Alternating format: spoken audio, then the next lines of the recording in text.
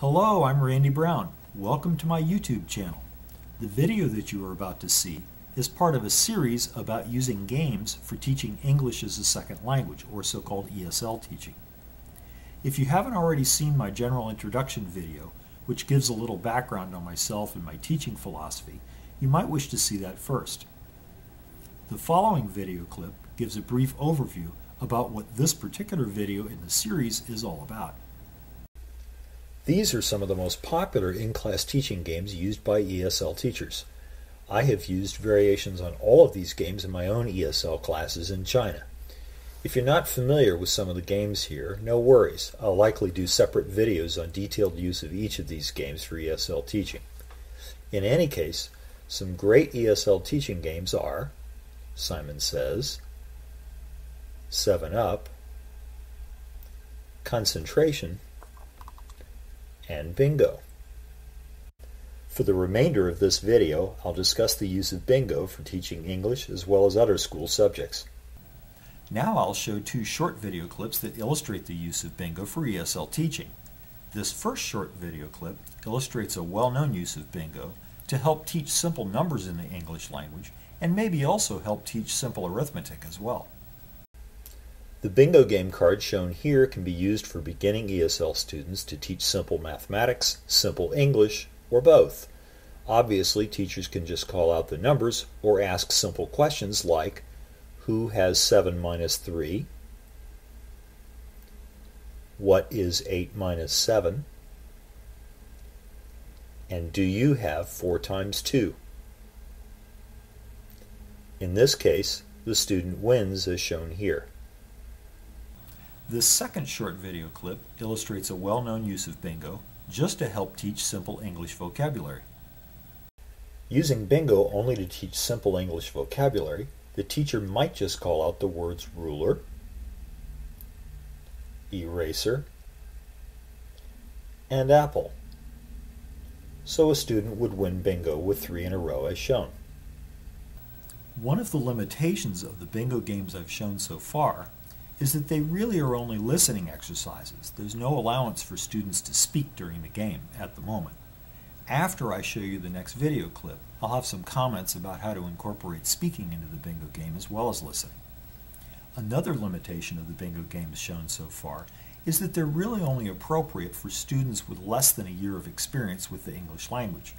For students that are more experienced, we should add grammar or some other kind of language exercise to get more educational benefit out of playing the Bingo game for more advanced students. The next video clip illustrates how easy it is to incorporate a very simple grammar exercise into the Bingo gameplay. And after that, again, I'll have some comments about how to add a speaking exercise as well. In playing Bingo, if the teacher calls out, who has an eraser, then a student can play the eraser square in the middle as shown. But the student is only allowed to play the eraser square because the question, who has an eraser, is grammatically correct. That's part of the teaching value of this Bingo game. But if the teacher uses incorrect grammar and, for example, asks, who has a eraser, then the eraser square cannot be played because obviously the question, who has a eraser, is not grammatically correct. I'll use the previous Bingo game example to show how I turn Bingo into a listening and speaking exercise. There are 4 simple changes I make to the game rules. First, if I ask, for example, who has an eraser, those students that have an eraser respond by saying, teacher, I have an eraser. Second, I ask a follow-up question, who does not have an eraser?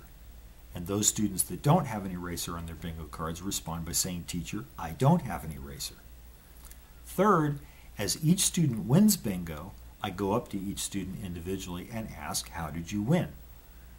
A student might respond by saying, I have an eraser, I have a pencil, I have a ruler, for example, whatever it was that gave them 3 in a row.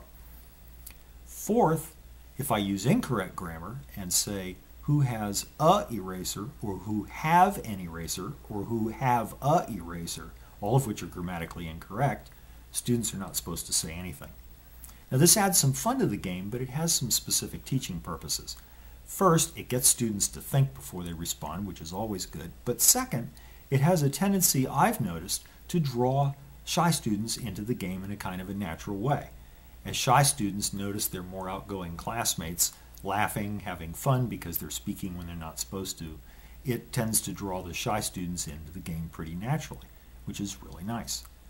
Now, if you want to use bingo to review grammar and vocabulary, notice that you only need to change the bingo cards when the vocabulary changes.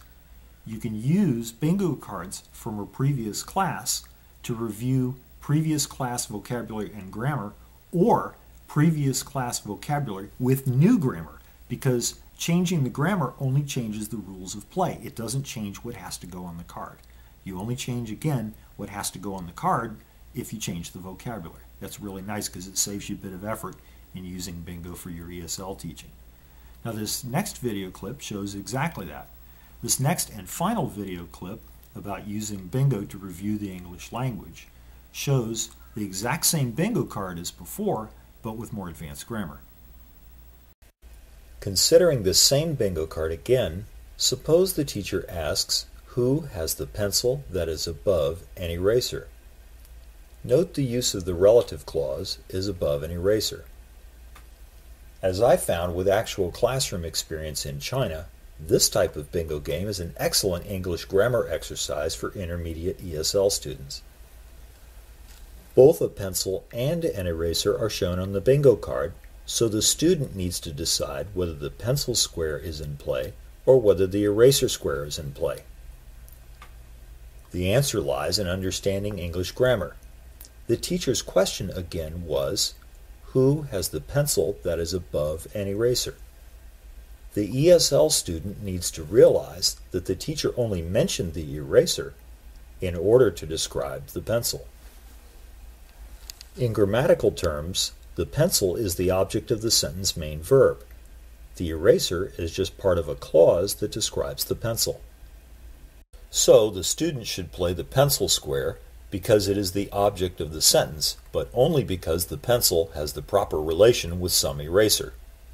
Some students will try to play the eraser square, or even try to play both the pencil and eraser squares. But by playing bingo with questions that use different grammatical constructs, the ESL student gains a better understanding of English grammar and will learn which bingo squares to play when appropriate.